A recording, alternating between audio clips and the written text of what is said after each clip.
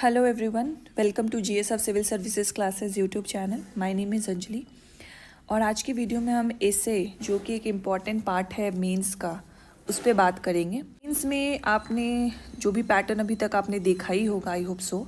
तो आपने देखा होगा कि 68 से ये पैटर्न चेंज हुआ है. तो इसमें GS1 है, GS2 है एंड एक एसे का पेपर है और सारे जो पेपर है वो 300 मार्क्स के हैं. तो जो एसे का पेपर है इसमें ये भी 300 मार्क्स का है और इसकी भी इक्वल वेटेज है GS1 और GS2 के.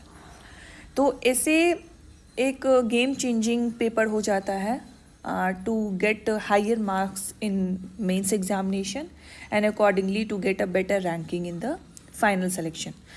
सो हम ऐसे को देखेंगे और ये वीडियो आप पूरी देखिएगा. इसमें हम जो भी इम्पॉर्टेंट पॉइंट्स हैं ऐसे को लेके, फॉर एग्ज़ाम्पल कितने ऐसे होते हैं, कैसे ऐसे होते हैं, किस ऐसे को हमें कैसे अप्रोच करना चाहिए, कौन सी सोर्सेज है, न्यूज़पेपर का क्या रेलिवेंस है, प्रैक्टिस कैसे करनी चाहिए, वर्ड लिमिट्स कितनी है, कौन कौन से इम्पॉर्टेंट थीम पे आपको ऐसे को प्रिपेयर कर लेना चाहिए. तो ये सारे पॉइंट्स को हम एड्रेस करेंगे. साथ ही साथ हम ये देखेंगे कि ऐसे की ओवरऑल स्ट्रक्चर कैसी होनी चाहिए. तो ये भी बहुत इम्पोर्टेंस रखता है कि ऐसे जब हम लिखते हैं तो हमारे दिमाग में जो ऐसे बना हुआ है, जो हम अपने हाई स्कूल्स के दौरान जो लिखते थे वो ऐसे लिखा हुआ है कि उस तरीके का निबंध लिख दो. बट जब आप सिविल सर्विसेज में आते हैं तो ऐसे का अलग ही इम्पोर्टेंस हो जाता है and you have to cover all the dimensions. तो हम वो सारे डायमेंशंस को देखेंगे कि इंट्रोडक्शन में आप कैसे कौन कौन से इंट्रोडक्शन के पैरामीटर्स को के अकॉर्डिंग लिख सकते हो, किस टाइप्स के इंट्रोडक्शंस हैं. सेकंड हम देखेंगे कि बॉडी में भी किस टाइप के पैटर्न को आप फॉलो करके बॉडी ऐसे का बॉडी लिख सकते हो. फिर उसके बाद कंक्लूजन देखेंगे. अकॉर्डिंगली हम फिर फिलोसफिकल ऐसे के बारे में बात करेंगे कि उसको कैसे हैंडल करना है. तो ये सारी चीज़ इसी वीडियो में हम डिस्कस करेंगे एंड ये वीडियो देखने के बाद आपको बहुत क्लैरिटी मिलेगी कि बीपीएससी के लिए जो मेंस में ऐसे है उसे हमें हैंडल कैसे करना है, उसको अप्रोच कैसे करना है. एंड वो आइए इस वीडियो में हम अब देखते हैं कि ऐसे को अप्रोच कैसे करें और क्या आपकी स्ट्रैटेजी होनी चाहिए. तो सबसे पहले 300 मार्क्स के ऐसे होता है. इसमें हमें 3 ऐसे लिखने होते हैं. 3 सेक्शंस होते हैं बेसिकली, सेक्शन 1, 2 एंड 3. हर एक सेक्शन में 3 से 4 ऐसे के टॉपिक्स लिखे होते हैं जिसमें से आपको एक सेलेक्ट करना और उस पर ऐसे लिखना है. और ये 100 मार्क्स का हो गया, ये भी 100 मार्क्स का हो गया, ये भी 100. और जो थर्ड सेक्शन होता है वो बिहार के इडियम्स पे बेस्ड होता है. बिहार की जो लोकल लैंग्वेज की इडियम्स होती हैं उस पे बेस्ड होता है. तो ये थोड़ा फिलोसफिकल एंगल में चला जाता है. ये दोनों जैसे आप 68 का देखोगे तो 68 का जो ऐसे पेपर था वो कंपैरेटिवली हार्ड था विथ रिस्पेक्ट टू 69 में. तो जो कन्वेंशनल टॉपिक है उस पर आ गया था सेक्शन 1 और 2 में. बट 68 में क्या था, सारे तीनों ही सेक्शन क्या थे, फिलोसफिकल थे. तो जो लोग फिलोसफिकल नहीं तैयारी करके गए होंगे, प्रैक्टिस करके नहीं गए होंगे, तो उनको 68 में काफ़ी प्रॉब्लम हुई होगी. तो हमें दोनों बैलेंस लेके चलना है. हमें जो कन्वेंशनल टॉपिक्स हैं वो तो लेके चलना ही है, प्लस हमें फिलोसफिकल भी लेके चलना है ताकि बीपीएससी वहाँ पे जो भी गेम खेल ले हम प्रिपेयर हैं भाई, प्री हैंडेडली प्रिपेयर हैं और वहाँ हम अच्छा ही करके आएंगे. तो 3 सेक्शंस हो गए. अब हम इस पे भी आते हैं कि वर्ड लिमिट क्या होती है. तो ऐसे आप GS1 और GS2 में बहुत बच्चे पूछते हैं वर्ड लिमिट क्या है, वर्ड लिमिट क्या है. तो आप जब भी क्वेश्चन पेपर देखिएगा ना तो वहाँ पे स्पेसिफिकली लिखा नहीं होता GS पेपर 1 और GS पेपर 2 में, बट ऐसे में लिखा है ये है 700 to 800 वर्ड लिमिट्स के अंदर इसको लिखना होता है. ऑलराइट. तो ये हो गया ओवरऑल कि पेपर की बात हो गई कि बीपीएससी के पेपर में हमें ऐसे को कैसे हैंडल करना है. अब हम आते हैं थर्ड की स्ट्रैटेजी क्या होनी चाहिए. और उससे पहले आई वुड से कि पहले हम सोर्स पे बात कर लेगा कि आपकी सोर्स क्या होनी चाहिए. तो 4 और 5 को हम बात कर लेते हैं. तो देखिए, सोर्स इंग्लिश मीडियम के लिए एज ए कोई स्पेसिफिक सोर्स नहीं है जहाँ से आपके सारे टॉपिक्स कवर हो जाए. और वो सारे सोर्सेज जो आपको कंपाइलेशन में मिलते हैं वो मुझे यूज़फुल नहीं लगते हैं.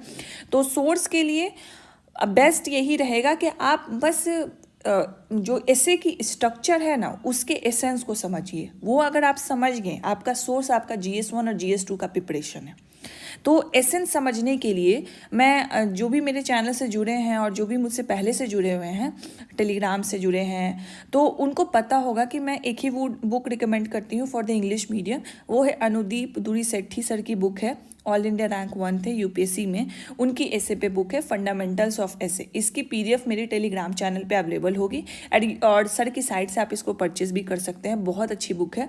इसमें आपको ना पूरा एसेंस मिल जाएगा कि ऐसे को एक स्ट्रक्चर में तोड़ के सर ने बताया है कि कैसे हमें इंट्रोडक्शन हैंडल करना है, मेंस की मेन बॉडी जो है वो कैसे हैंडल करनी है, एंड कंक्लूजन कैसे हैंडल करना है। बहुत अच्छी बुक है। I definitely recommend. मेंटरशिप में भी हमने ये PDF प्रोवाइड करवा दी है और आपको भी वहीं से ऐसे के एसेंस को समझना है। हिंदी मीडियम के लिए, अगर हिंदी मीडियम के जो भी स्टूडेंट हैं, अगर उनको इंग्लिश पढ़ने में दिक्कत नहीं होती और वो समझ पाते हैं, आई वुड रिकमेंड कि आप अनुदीप दुरी सेठी की ही बुक एक बार गो थ्रू कर लो। अगर दिक्कत होती है तो दृष्टि की एक बुक आती है जिसमें हमें वो टॉपिक्स नहीं देखने जिस पे उन्होंने ऐसे बना रखे हैं।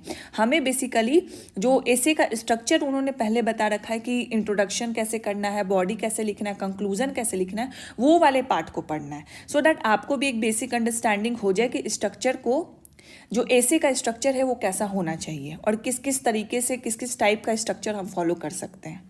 ऑल राइट, फिर इसके बाद कोटेशन बहुत इंपॉर्टेंट हो जाता है। तो ये कोटेशन जब आप ऐसे लिखोगे तो over the period of time आप ये कोटेशन की लिस्ट बना लोगे। तो जो मेंटरशिप में जुड़े हैं उनको तो हम लिस्ट ही प्रोवाइड कर देंगे, जो जो इंपॉर्टेंट टॉपिक्स से रिलेटेड जो भी कोटेशन है, सो डैट आप उसी को रेफर करके आप ऐसे में उसको कोट कर सको। बट ये तो हम आपको प्रोवाइड कर देंगे, लेकिन बहुत टाइम ये होता है कि जब आप खुद से करते हो, मान लीजिए आपने एजुकेशन पे लिखा, आपने सर्च कर रहे हो आपकी एजुकेशन पे मुझे रिनाउंड पर्सनालिटीज़ की कोट्स दिखाइए, गूगल पे आप सर्च कर रहे हो, तो वहाँ से जब आप लिखते हो ना कहीं वो दिमाग में बैठ जाता है। जब आप ऐसे लेके किसी दूसरे के नोट्स पढ़ोगे ना, तो वो कहीं ना कहीं बैठेगा नहीं और आप ज़्यादा उसको भूलने की टेंडेंसी रखते हो। तो मैं जब आपको ड्राफ्ट ऐसे करवाऊंगी, मेंटरशिप में जो भी इनरोल स्टूडेंट्स उनके लिए है ये, कि जब आपकी ड्राफ्ट ऐसे चलेगी तो उसमें मैं आपको पहले टास्क दूंगी कि आप खुद से कोटेशन निकालो पर्सनालिटीज़ की और उसको जॉट डाउन करो, ठीक है। फिर उसके बाद हम आपको अपनी तरफ से लिस्ट देंगे, सो डैट पहले ही आपने वो मेहनत कर ली है, पहले ही जो दिमाग में कॉम्प्लेक्सिटी जो भी कैलकुलेशन था वो बैठा लिया है आपने। फिर उसके बाद हम और आपको कुछ वैल्यू एडिशनल देंगे। बहुत सारे तो आपने पहले लिख रखे होंगे कोट्स, हम उसमें 1-2 एक्स्ट्रा देंगे, तो आपको बस अपना जो भी आपने नोट्स बनाया है उसमें उसको जॉट डाउन कर लेना है, ठीक है। ये अप्रोच रहेगा। तो हिंदी इंग्लिश मीडियम के लिए, हिंदी मीडियम के लिए एंड कोटेशन का क्या यूज़ है, ये रहेगा। अब इसमें सोर्स पे एक चीज़ और ऐड कर लीजिए, न्यूज़पेपर। अब अभी तो मेंस चल रहा है, तो हमें लाइन टू लाइन लाइक सारे पेजेस पढ़ना, फर्स्ट पेज पढ़ना, सेकंड पेज पढ़ना, बिजनेस वाला जो पेज है वो पढ़ना, ये सब पढ़ने की अभी मुझे नहीं लगता ज़रूरत है न्यूज़पेपर की। और ऐसे भी मैं न्यूज़पेपर कभी रिकमेंड ही नहीं किया है मैंने पढ़ना, ना मैंने खुद उसको पढ़ा है। बट जब मेंस आ रहा था तो मैंने न्यूज़पेपर का एडिटोरियल ज़रूर पढ़ा था। उससे मुझे एक तो मेरी जो आर्टिकुलेशन है इंग्लिश की वो सुधर गई थी उससे। तो हिंदी मीडियम वाले प्लीज़ हिंदी में जो न्यूज़पेपर आती है उसके एडिटोरियल पढ़िए, एंड इंग्लिश मीडियम वाले, हिंदू मैं फॉलो करती थी, आप इंडियन एक्सप्रेस भी फॉलो कर सकते हैं, उसके एडिटोरियल पढ़िए।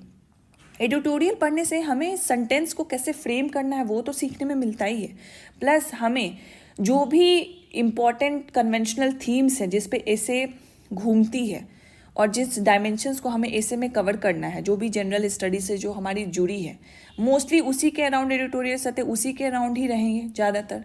तो वो सारे टॉपिक्स आपको पता है, you are preparing for mains, you know those topic, तो वो सारे टॉपिक पे एडिटोरियल होगा, जस्ट गो थ्रू दैट।